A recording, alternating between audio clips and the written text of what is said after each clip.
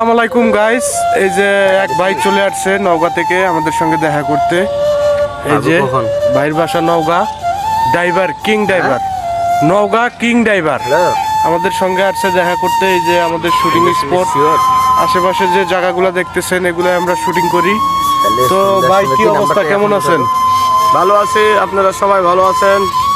আমাদের উদ্দেশ্যে কিছু বলেন, আমাদের ভিডিওটা যারা দেখবে তাদের উদ্দেশ্যে কিছু বলেন। নীলফামারীর ভিডিওগুলো আমার খুব ভালো লাগে, খুব সুন্দর লাগে, তাই তো আমি নওগাঁ থেকে চলে আসছি নীলফামারী জেলায়।